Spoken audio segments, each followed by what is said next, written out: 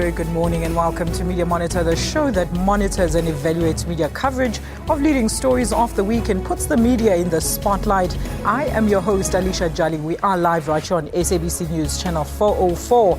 In our lineup today, we look at today's Sunday newspaper headlines and the media coverage of the State of the Nation address, Mr. X's grizzly testimony, the ongoing platinum belt strike, Eskom and its load shedding issues, the continuous African revolts, and not forgetting, of course, the FIFA 2014 Brazil Soccer World Cup.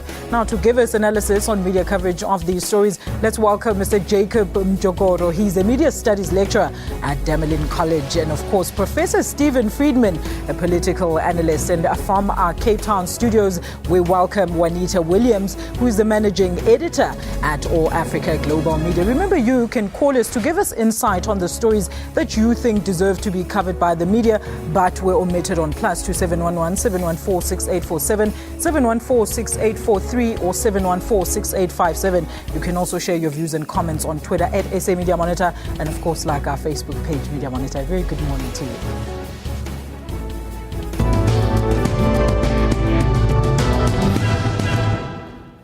All right, now let's start by looking at today's leading stories. We always have panel our newspapers right here in studio, but just as a challenge today, Business Day is leading with the headline, Minister asks Zuma to hold the Mines Bill. And of course, the Sunday Independent says Sbu nails Dinner's man. And of course, also on the Sunday Independent, speak your mind, tell the truth. Media must chronicle the accounts of a nation and move and occasionally annoy those in power, writes, of course, Deputy President Cyril Ramaphosa. And last but not least, Sunday Times says Zuma heart scare. I want to hear your views on these headlines today, starting with you, Professor. Well, thank you, Alicia. But I think, look, it's the one which the Sunday newspapers don't ignore. I think the mining bill move is very interesting because it's part of an attempt by the new mining ministry to mend fences with business and labour, which they've been trying to do for a while, and I think that's going to be important going forward. And of course, the president's health, I think, is a major issue. I mean, I think that people are drawing political conclusions about the president's health, which really are irrelevant. Political analysts get asked about this. I mean, we're not medical doctors. But if the reports are to be believed, he does seem to have a health problem, the extent of which is not quite sure. And obviously that will be watched in the coming days to see whether it affects his ability to continue in office. I think it's pretty much assumed at this stage that it doesn't affect it and that it is under, whatever condition it is under control. But obviously it's something which will make news. Jacob. Yeah, well, obviously the health of the president is an interesting story. However, what gives us comfort is the fact that South Africa has got strong institutions that have been put in place that can take care of any eventualities, whatever is to happen with the health of the president. But obviously it's a big story that all of us will be interested in and will be following this coming week.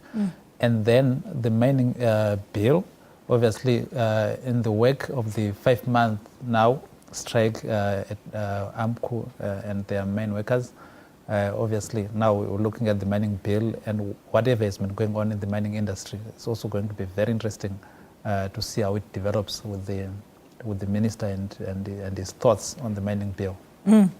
Very interesting. Let's find out in Cape Town. Juanita Williams, welcome to the show. What do you think about these headlines today? Thank you. Well, in terms of Jacob Zuma's health, I think that, there's a long list of what is supposedly wrong with him, but there's no confirmation. And then the discussion around the fact that is there a plan for if he does step down or he's forced to step down? I mean, it's quite obvious that there is a plan. As Jacob said, there are processes in place for if he should, but we've been assured that he's not going to. So, but I think also, as has been said, it will continue being a story. It's not going to go away. And I'm not expecting the presidency to suddenly come out and say, well, these things are actually wrong with the president, and this is what we're doing about it, because that's not the way they've been operating in the past either. In terms of Deputy President Cyril Ramaphosa's statements about the press and the media, it's been really heartening. I mean, at the the Nat Nakasa dinner, he was quite forthright in and saying that, the media needs to challenge whoever's in power.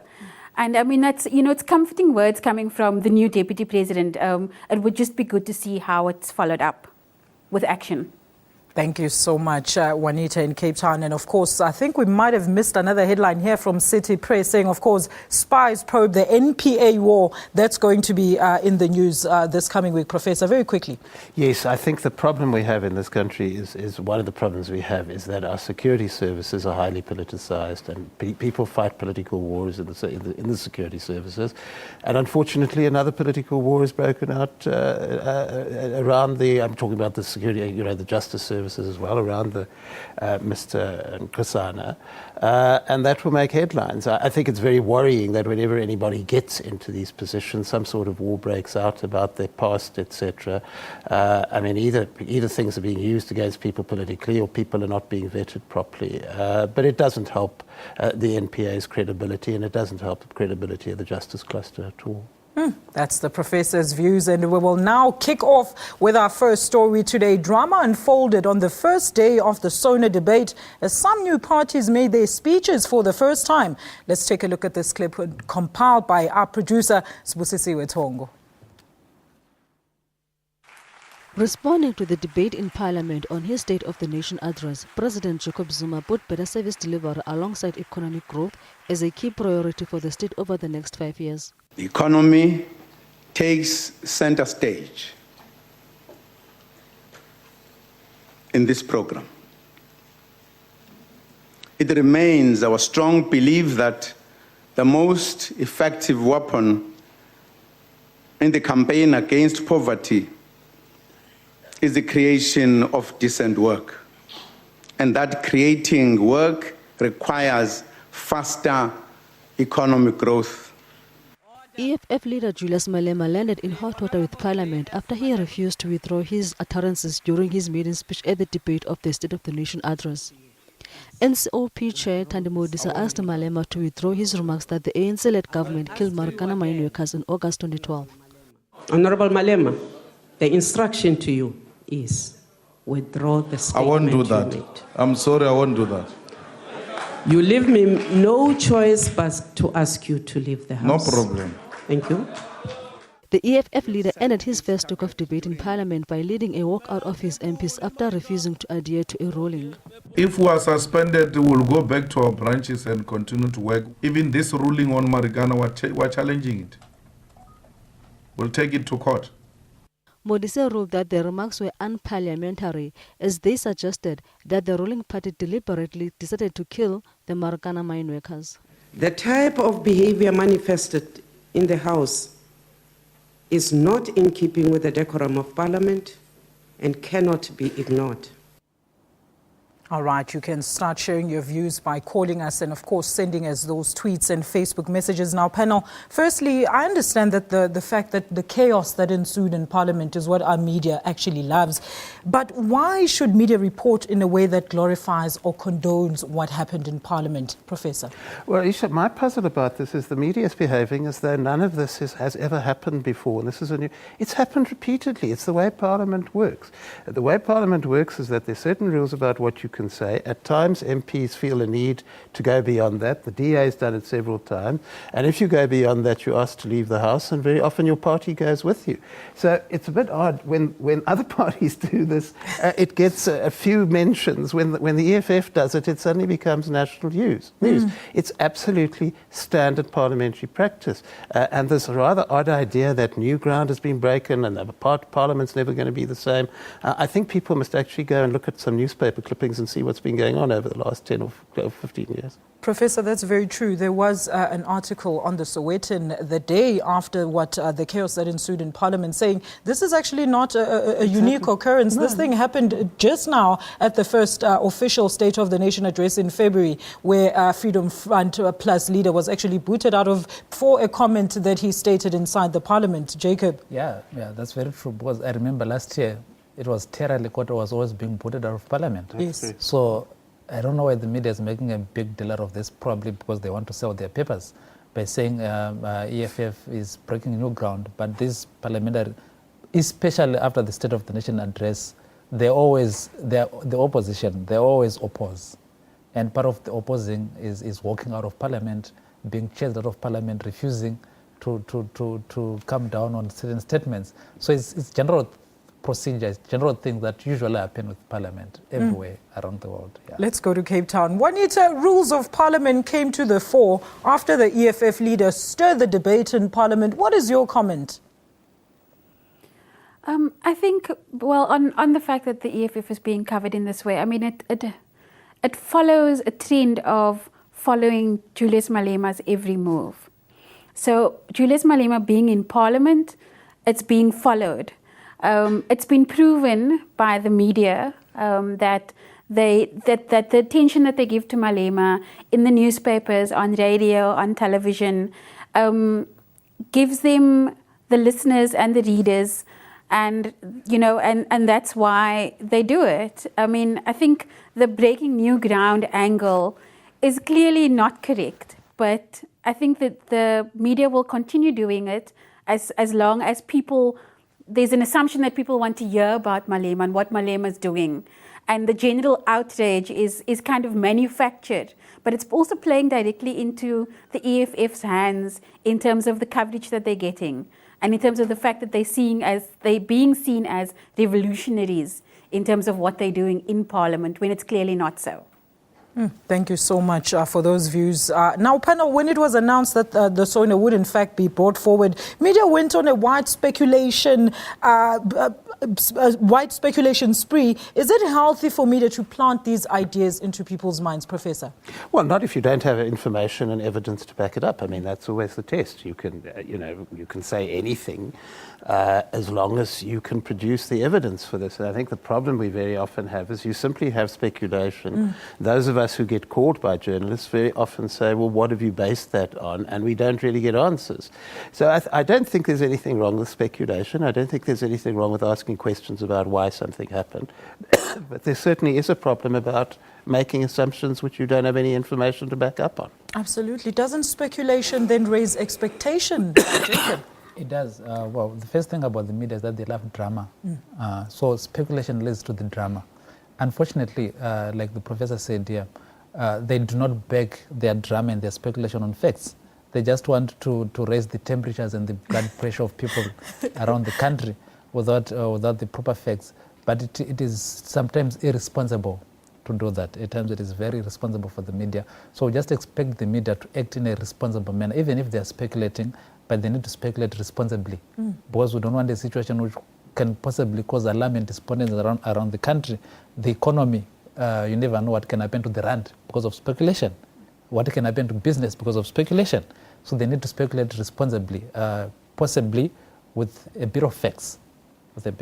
Yeah. Thank you so much. Jacob Mjokoro says the media can speculate, but responsibly. Well, when we return, we're going to discuss Mr. X's testimony and the latest developments with AMCU. Join the conversation by calling us on +2711 714 6843, 714 6847 and 714 6857. And let us know which stories, anywhere you are, you feel were not adequately covered by the media. Share your views and comments on Twitter at SA Media Monitor, and of course, like our Facebook page, Media Monitor. Don't go anywhere. We return shortly after this.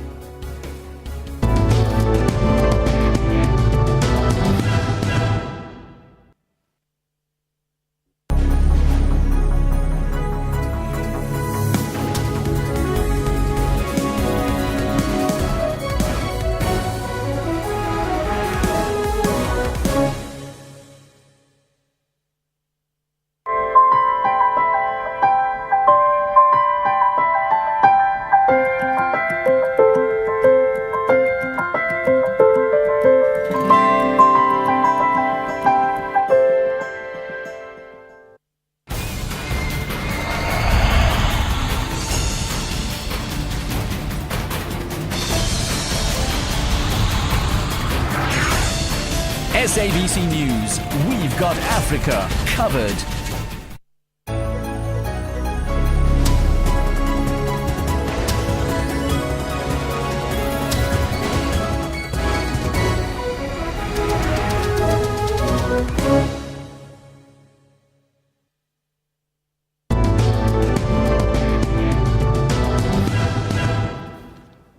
Welcome back to Media Monitor. Remember, you can be part of our discussion by calling us and sending us tweets.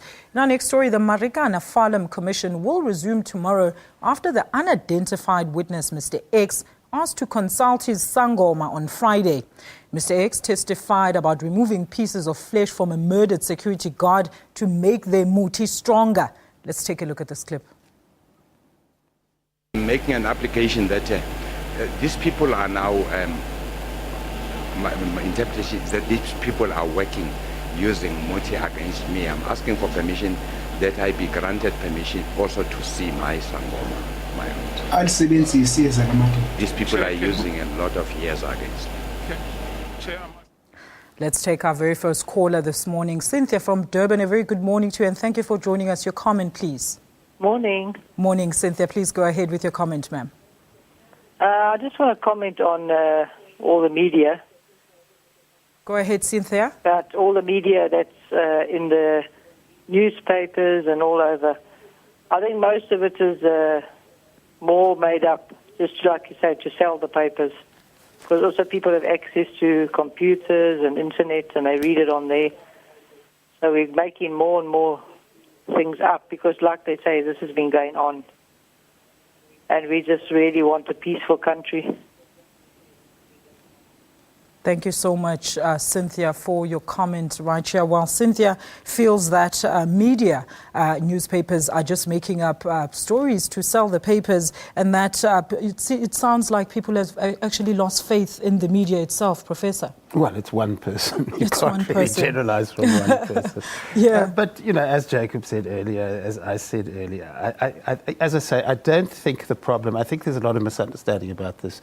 Those of us who are critical, it's sometimes assumed that we want the media to stop covering various things or to be silent. That's not the case at all. We're simply saying that there's a need for basic professionalism, and basic professionalism means that you check out your stories, you make sure the facts are correct. And I think that if that is done, there's no problem about whatever the media want to cover. And I think that is where trust gets weakened, is where people feel, look, you know, I'm just reading this thing, but it doesn't actually tell me where you got it from, what it's based on. Why should I believe it? Absolutely. Let's go to Cape Town. Juanita, now, moving on to the Marikana Commission, the media again has over-speculated about Mr. X, even before his testimony. What are your views now about his testimony? What is the coverage like? Well, I mean, like you said, there's been speculation for weeks about, you know, what Mr. X is going to say, who he is, you know, should he be allowed to testify under the pseudonym. So the run-up to his testifying has been sort of covered down to, you know, down to the ground, like over and over and over again. And now that he has testified, I think the focus has not so much been on what he is saying about what happened, but more focused on the fact that he wanted to see Sangoma, the fact that he wanted to consult his traditional healer. And I think it's really just taken attention away from some of the other things that he has said.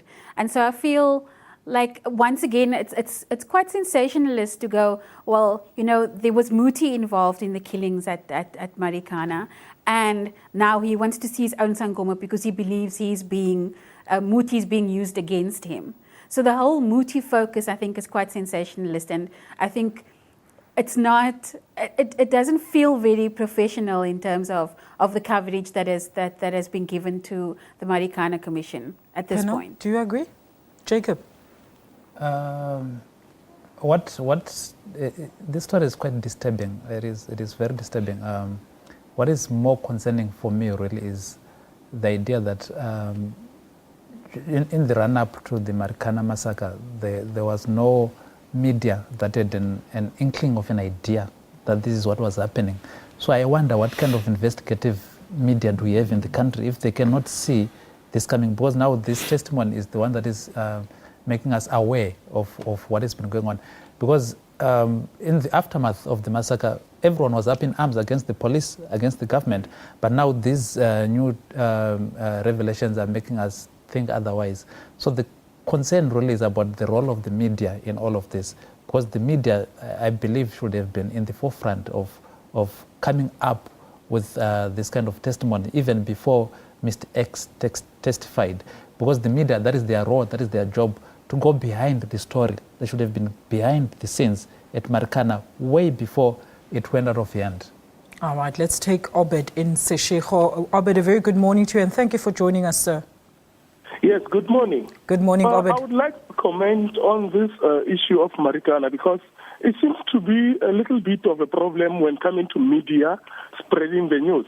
Because remember, there were 6 people, mining guards who were killed first and 2 police guards who were brutally murdered on the scene. But what we see on the newspapers and on TV, it is only the people who were killed by the police after attempting to attack the police. When they have been using muti, that makes them to be whatever they wanted to be. But I'm failing to understand why the media is doing that, because we need to have the true reflection of the story. What about the families of the people who died before, the security guards, the police people? We don't see them on TV. We don't see them getting interviewed, asking how do they feel about their loved ones. Thank you so much to Obed. Professor? Look, I think we must, just one word of caution, we must bear in mind that Mr. X's testimony, he's got to be cross-examined. It's allegations at this stage, and that's how the legal process works. So we need to see, in the end, we'll see what the Commission finds on his evidence and the other evidence that's presented. But I think to raise an issue which nobody else has raised, I wonder what the media response would have been if somebody anonymous was testifying at the Pistorius trial. I think we would have had a kind of 10-day frenzy. I would not be surprised if there were court interdicts, there was an attempt to find out this person's identity, etc. But if it's happening at the Farnham Commission, you just go along and you report what the man has to say, etc. So I think it's once again, to me, an interesting contrast between what we put value on and what we don't put value on. Thank you so much, Professor. Mandla, a very good morning to you from Nelspruit. Your comment, please, sir. Morning, ma'am. Can I comment on the issue of Parliament? Please go ahead, sir. Yeah. I do not think that the matter of Parliament must be sensationalized. We've got more serious issues to think about and look at it. For example, the issue of the economic growth. I think we must spend more time in discussing and allow the Commission to finish its work and then move South Africa forward, because we've got more serious issues to deal about. We've got issues of people that are unemployed today, people that they've distracted their houses. These are issues I think that we must look at. Thank you so much. Thank you so much, Mandla, saying media should shift focus into the more important things in society. With that being said, then, panel, what should media's real focus be on Mr. X's testimony? And I know Juanita mentioned that it is really becoming so over-sensationalized and about Muti. Jacob? I think the media has got no choice but to report on what Mr. X is saying. They cannot come up with their own stories. They really have to tell the story as Mr. X is saying. So I don't think they have got any choice in this instance. It's a court testimony, so they bring it as it is. They cannot come up with their own speculations or their own versions. So they just have to stick to the facts that are being said in court. And unfortunately, we might not like it.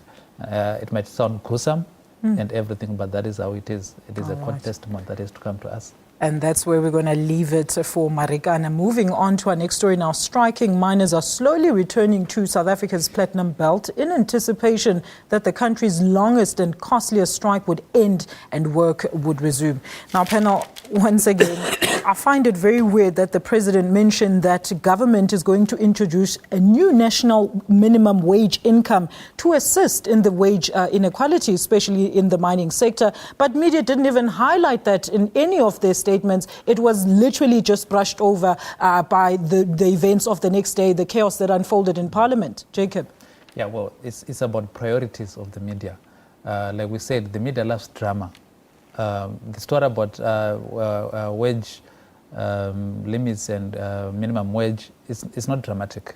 It's something that sane people would love to read, but the media would not want to promote those kind of stories. Jacob, let me take a caller very quickly. Sbusi, so Mdeni, a very good morning to you, and thank you for joining us. Your comment, please, sir. Hey, Kunjan. Siapila Putwam, please go ahead. Okay. Actually, I wanted to comment about what happened in Parliament. Please go ahead. Especially with the EFF leader, Julius Malema. I thought that guy has somebody who's advising him to how he must conduct himself once he's in Parliament. But it is obvious that they took their 1 million plus voters for granted. They're soon going to realize that Parliament is not a circus. And, they definitely need to be looking themselves and rearrange and go back to Parliament with a formal way of discussing things. Thank you.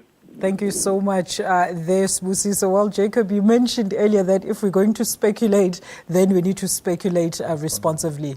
All right. Well, let's move. Let's continue with our discussion now. Jacob, yes, please go ahead. You were making a very important point. So I almost forgot about you. I was saying. Now, it goes hand in hand with what Deputy President Cyril Ramaphosa was saying about how the media needs to report. Yes. In as much as they need to report on the bad things that are happening in the country, they also need to report on the positives. So those are some of the positives. The minimum wage initiative that is being brought about by government. That is an initiative that is meant to try and stop the kind of striking that is going on in the mining belt. So the media would need to highlight some of those achievements, some of the efforts that the government is putting in place to try and move the economy forward. But unfortunately, they love drama. Let's take Njani from Piet Retief on the line. Njani, very good morning to you and thank you for joining us. Your comment, please. Good morning. Good morning, Njani. Please go ahead. I would like to comment about the what happened during that day in Marikana. First of all, there's a belief, really belief in Africans that you can use Moti to be invisible, or at times you can be shot at.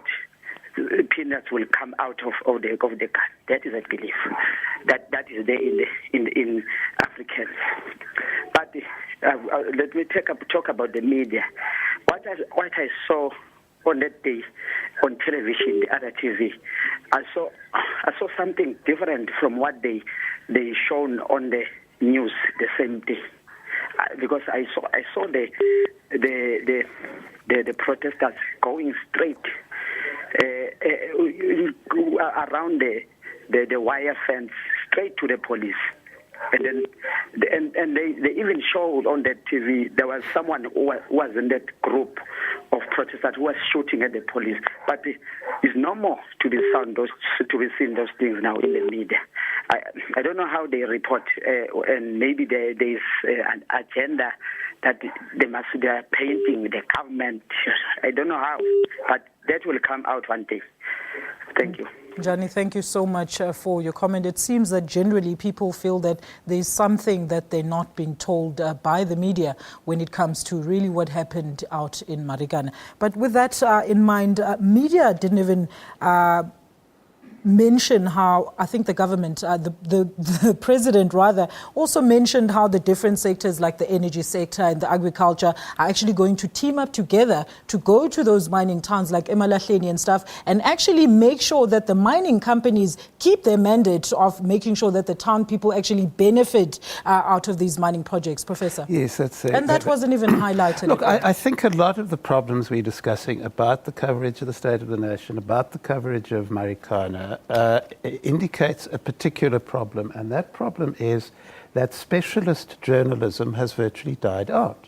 I mean, some years ago, any newspaper, and it would be extended into the electronic media, would have a labor journalist, an education journalist, health journalist. And the importance about these people is they cover the events every day and they know what to look for. So here you have a situation. I mean, look, the minimum wage thing is going to play out over the next 5 years. But the real initiative to deal with this situation is the committee which the Deputy President will head at NEDLAC, which will try to deal with the labour issues. I think the problem is that if you don't have specialist journalism, people don't know that this is important, they don't know why it's important, and then they're thrown back on the sensationalism because that's what they're comfortable with. So I think that the entire media in this country really needs to look at this question of specialist reporting as an urgency, because if you don't have it, you're just not informing the South African public.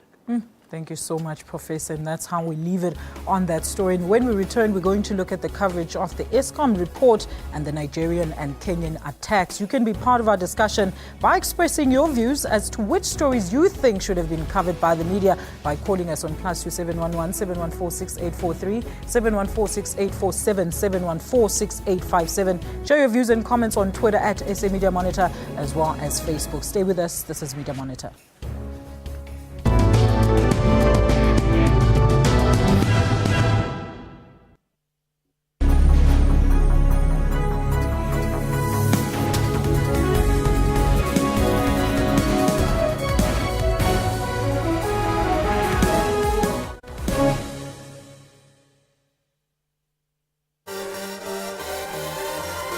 The Swaziland Tourism Authority invited Kaleidoscope on a media tour of what has become known as the Little Switzerland of Africa, the Kingdom of Swaziland. The Mantanga Waterfall is one of Swaziland's best known and most accessible waterfalls, as it can be seen within 50 meters. That's Kaleidoscope, Sundays 5:30 p.m. on SABC News.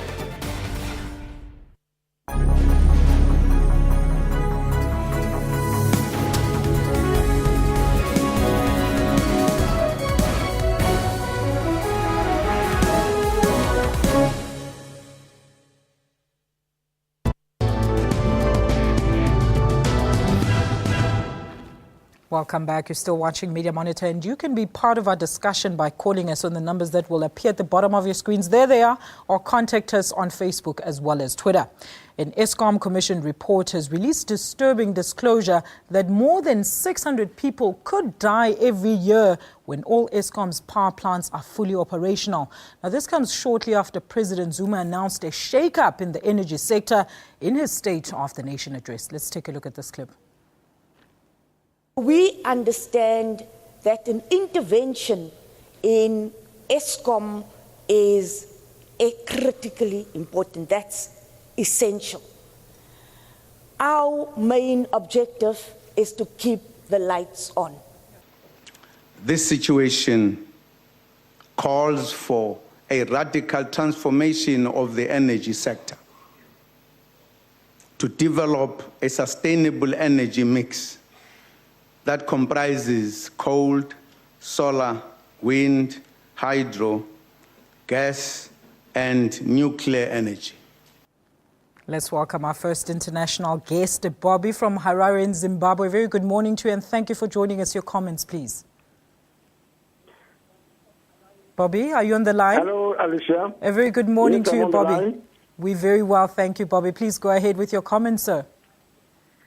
Yes, we envy you so much, because of the way we watch events unfold in South Africa, and it's about your democracy and the way we envy the discussions that take place. And I've watched the Marikana issue, I watched the EFF in Parliament this week, and to see leaders go toe to toe, telling each other names like that, and still walk the street tomorrow morning is something you must protect. And something you must really make sure it can develop into something better. But just to comment more about Marikana, I want to say to you right now that the death that happened before the shooting should have been properly investigated, not become an avenging position for the police. So I think that's why the commission is there, to find out exactly what transpired and to what extent. But ultimately, the person responsible for everything is the government. And it's the police under the government. So to some extent, again, Julius is right. You cannot go on and take away responsibility when you're in charge of the affairs, when you took an oath to be responsible for the safety of all the people. So again there, when you look at what happened in Parliament, when you look at Marikana, you can see the linkages, but responsibility cannot be dispensed of at a position where you find it very uncomfortable. And on one hand, you say you are the ones in charge and you have authority to make decisions. All right, Bobby, thank you so much. Bobby, Thank you so much for your comment this morning. So unfortunately, I am under time constraints and I have to cut your call there because we have to move on. But nonetheless, thank you so much, Bobby, all the way out in Harare, giving us his very profound views about the situation as they see it in Zimbabwe. Now, Juanita, has the media interrogated this dilemma whereby the very idea of solving the energy crisis by increasing power plants could be detrimental to the nation's health? I think it hasn't really been given enough attention in the media. And as the professor said earlier, all of the issues around the media not giving enough attention is because there have been constraints on the media, not in terms of media freedom as much, although that is becoming a concern, but also in terms of staffing. So there would usually be an environmental reporter. There would be, as the professor said, a labour reporter, someone that can be dedicated to that. So the only kind of coverage we've had about the energy issue is the fact that people are questioning the abilities of the new energy minister because of her past. So that's the only kind of coverage that has been happening. I mean, there has been some coverage on the fact that the coal that Eskom is planning on using could cause deaths over the next couple of years. And I mean, there should be some kind of investigative reporting around energy and around what can be done. And, there have been organizations that keep saying that we should go in the wind direction, we should go the solar energy direction. And now that the government has actually included it the president has included it in his State of the Nation address. I mean, I think that's a way of moving forward. And I'm really looking forward to what the coverage will be now, breaking that kind of thing down, but it hasn't been done yet. And Thank you so much. There just has not been enough of it. All right, Juanita, let's take Diane from Durban. Diane, a very good morning to you and thank you for joining us, ma'am. Your question or comment, please. Diane, are you still with? Yes, Diane, please go ahead with your comments, ma'am. We're very well, thank you, ma'am. Thank you for joining us this morning. Please go ahead with your comment. I'd just like to say that we're having this problem with Eskom because our country is overpopulated. We have too many people in the country. Thank you so much, Diane. Well, Diane feels that it's not really Eskom's problem. We have just overpopulated. But panel, Juanita just mentioned about the constraints that we have in media. But I mean, power grid, switch this and that off. I know it falls to Eskom to educate the people about all these things. But this is where we need media to break things down a little more for us. Don't you agree, Professor? No, I think what she's saying, which I would agree with, is that, look, this energy issue is a very important issue for the country. I mean, keeping the lights on is very important for all sorts of reasons. But I think what she's saying, which I agree with, is that what that report is drawing attention to is that there's an environmental angle in this. The way in which we produce power in this country is, quite frankly, what they call dirty power. It's based on coal. It's not based on water, which is the cleanest form of power. There's a debate about whether we should be going nuclear. There's a debate about, obviously, solar energy and wind energy. And we're not getting that. And I think that just reflects what is happening in the society, that these kind of environmental issues, because of the kind of society we are, just don't get on the agenda. But of course, one wants media to actually get ahead of the game, to start actually alerting people to things which they're not familiar with. And I think that this is a very important unexplored area. Incidentally, I don't buy the argument, if that is the argument, that we don't have specialist reporters because the media have financial constraints. As a former specialist reporter myself, we don't get paid more, or we didn't get paid more then. I don't think it's got anything to do with resources. I think it's got to do with an attitude. But I really think that the question of the environment and the way in which it affects not only our Juanita is smiling away there in Cape Town. are very, yeah, well, it wasn't so funny when I was in the job. But I think this environmental issue is something we really need to get onto the agenda in this country. Thank you so much. And that's where we leave it on that issue. Now, dozens of people have been killed while thousands have been displaced following the recent attacks by Boko Haram and the Al-Shabaab in Nigeria and Kenya, respectively. Meanwhile, there are growing fears of a possible coup in Lesotho. Now, panel, it's become common that when it comes to African stories, we hardly ever get the facts first time around. People, journalists blame the lack of resources and access to information. What do you blame, Jacob? absolutely not lack of resources. I believe that people don't care enough. It is the same with the environment that the professor was talking about. If we have got enough journalists who care about these issues, they would investigate them. Issues to do with Boko Haram, Al-Shabaab.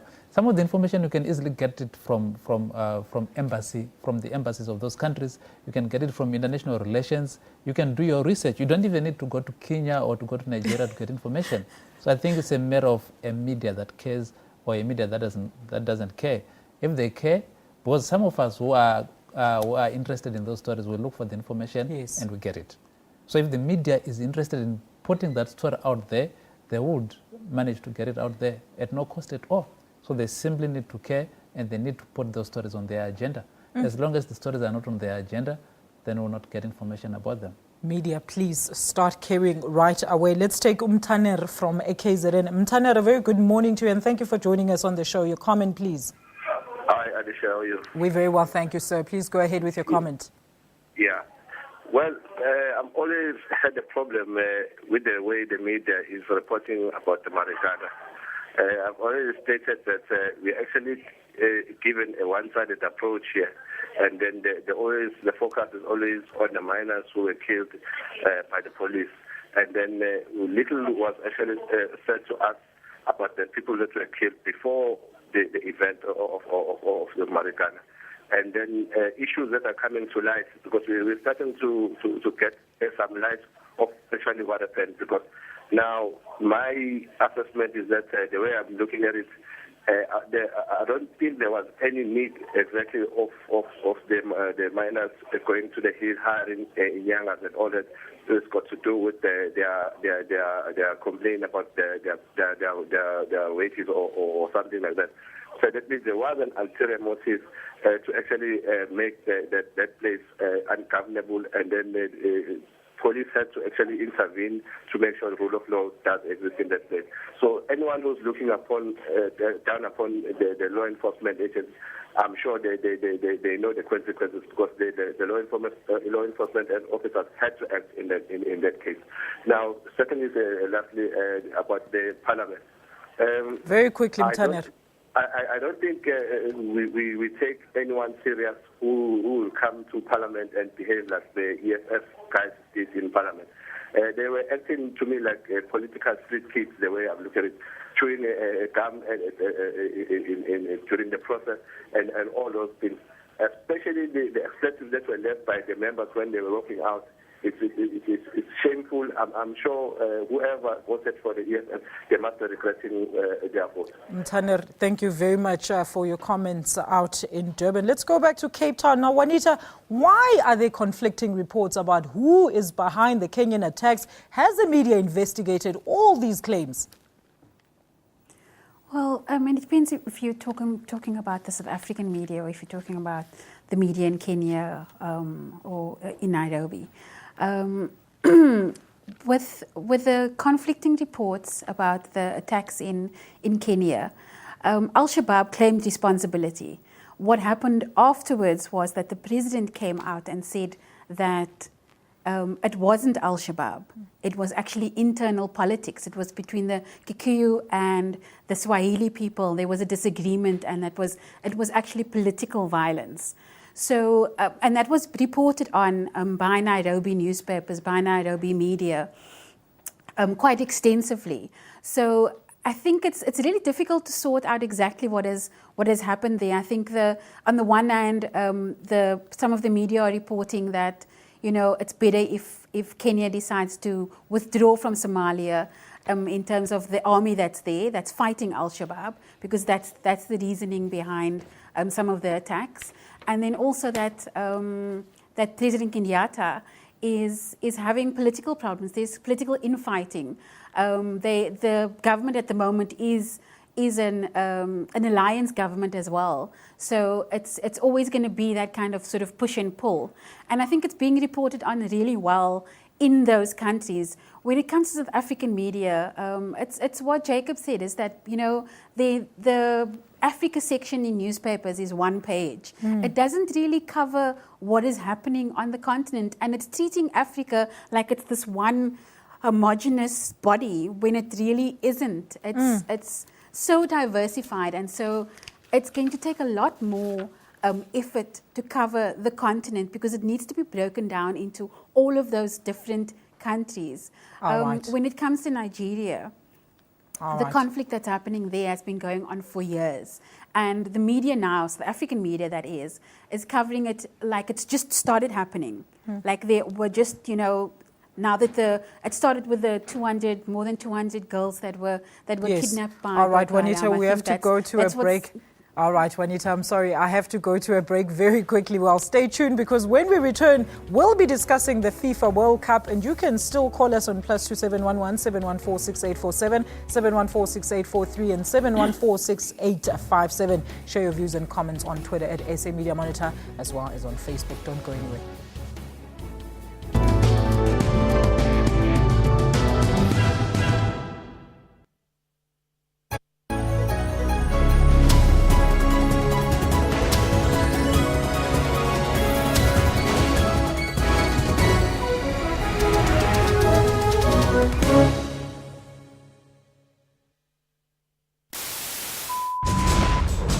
Across the globe, the continent and the entire country, every second there's always a breaking story. SABC News is your reliable eye, ear and information system in bringing you events as they happen. Our cutting-edge and hard-hitting journalism leaves no stone unturned, giving you the whole picture every time. Join us every day on SABC3 and know what is happening around you. SABC News, Africa's news leader.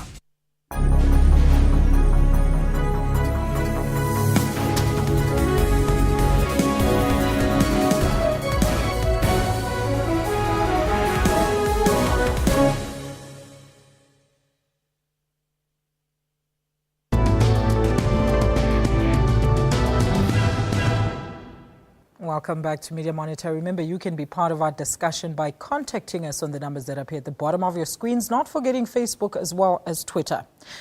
A report based on analysis of media coverage compiled by Media Tenor shows that the coverage of the 2014 FIFA World Cup underway in Brazil has been mainly positive. Now, this is a far cry from the pre-tournament coverage, which was characterized by protests which threatened the event. Panel, look, there's been a wide confusion about FIFA broadcasting rights, who broadcasts what, when, and things you can and you can't show. But media, gosh, hasn't alerted people about any of these things. So people are thinking, well, we're only getting some of the stories and we're not getting the whole coverage, because I know some broadcasters, you can't even show any of the footage from the field. David, Jacob. Yeah, well, FIFA is like a mafia. When they get into a country, they've got their own special rules that apply to them. And that is how they want to do it. And because people want to host the World Cup, they always go ahead with FIFA's rules. But concerning the coverage of how FIFA does these things, I would like to draw your attention to the way that the mainstream media, when we're talking of mainstream media, we're talking of especially the main Western media, CNN, BBC, Sky, the way that they portrayed South Africa in the run-up to the 2010 World Cup, and the way that they are portraying Brazil again, you will see that there's a difference. The difference is mainly because South Africa is in Africa, and nothing good can come out of Africa. So they were much more critical of South Africa in its hosting of the FIFA 2010 World Cup, which was a wonderful event in any case, despite the negative publicity. Because according to them, to this mainstream media, anything good happens in Western Europe and in America. Anywhere else, it's not good. It's not for the people, and it has to be interrogated and investigated. So I believe that their coverage of how it is being done is reflective of their prejudices in connection with Africa and the rest of the world. All right. And would it be then fair to say that world media also follows the same pattern of let's create noise about it now while it's still hot and kind of, it dies down once it's happened. We focus on the other things. So it's not just unique to South African media, Professor. Well, I think Jacob's point is the correct point. I mean, the contrast couldn't be starker. I mean, our World Cup, went off absolutely smoothly. There was all sorts of fuss beforehand. I mean, Brazil's World Cup was preceded by literally people in the streets demanding that the thing be, and there was never any sense that it wasn't going to happen or anything of that sort. I think the other thing, if we're looking at media and the World Cup... Very quickly, Professor. I think, and Jacob touched on this, I think there needs to be far more media coverage of FIFA itself. FIFA gets away with all sorts of things because the media... And now, in fairness, some of the media have had a couple of things on this, but really, if you did a bit of digging about what's going on in FIFA, there are enough stories to keep you busy for another 4 years. Well, that's how we leave it. And after the break, I will read your tweets. And of course, we're going to hear from our panel as to which stories they think will be making headlines this coming week. You can still share your views and comments on Twitter at SA Media Monitor as well as on Facebook. Don't go anywhere.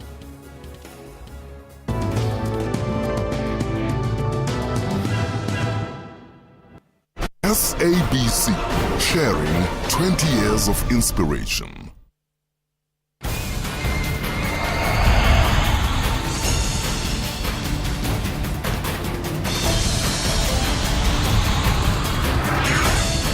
SABC News, we've got Africa covered.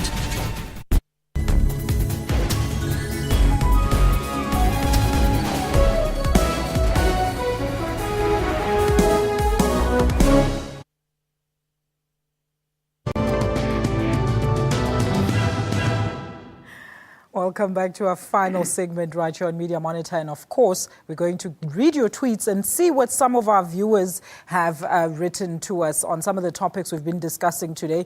Richard Masemula says, can't they suspend him for a while, Mara? Juju, he's not thinking ahead. He needs to be taught a lesson. Thank you so much to Richard Masemola for your comment. Michael Magugwana says, Juju is misleading the youth of this country by the things he says and things he does. Michael's comment coming through Twitter there. Dak Nuga says, killing another person is not like slaughtering a goat or sheep. Because some are breadwinners. All right, thank you, Dak Nguz, for your comment there. Mvugile Kabangane says, wish miners get something out of this long strike. And last but not least, media is still biased against AMCU. What are your views on the media coverage? Thank you so much to all our viewers for your contributions on Twitter as well as on the calls. Let's now move on to this before we leave you. Chief Justice Mogoeng addressed members of the South African National Editors Forum in Cape Town. He took a swipe at the media, saying it should report more accurately. Deputy President Cyril Ramaphosa says the media must also keep criticizing government, but also called for fair and balanced coverage of positive developments in the country. Let's hear what Judge Mogoeng has to say about the recent state of media coverage. That's a lot of good as a media. If accuracy could be closer to our heart, and fair-mindedness can be demonstrably featured as regularly as possible in what we do. Because the easiest way to discredit yourself is to give credence to an Afrikaans expression which I grew up knowing, you don't want to be known as a newspaper, as a radio station, as a television station of liars that should not even be listened to. And all right, if I can just quote something from the Deputy President, Cyril Ramaphosa, he says, as a society, we expect many things of the media. We expect many things of you, but at its most basic, we ask you to communicate the story of South Africa and its people. Tell the stories that are good, and there are many, but also tell the stories that are difficult, painful, and troublesome. Panel, what do you think will be the leading stories this coming week? Let's start with you, Professor, very quickly. Well, Mr. X is, as I understand it, still on the stand. The World Cup is still on. The Marikana strike, well, the platinum strike, unfortunately, is not yet settled. So I think all those three will be All right, Juanita, I just want to say thank you so much for joining us. Unfortunately, we've run out of time and I can't take any of your views in terms of the upcoming stories. And Jacob, thank you so much for being on the show. While our viewers' contributions and suggestions is highly valued, you can email us your views about the show at mediamonitor@sabc.co.za. Share your views and comments on Facebook. Go to www.facebook.com/Media Monitor and of course like our page. You can also follow us on Twitter at SA Media Monitor. Thank you so much for watching Media Monitor. Join us again next week right here on SABC News, all local, all global, all the time. For myself, Alicia Jali, and the rest of the Q-Tip team, have yourself a blessed Sunday. Goodbye.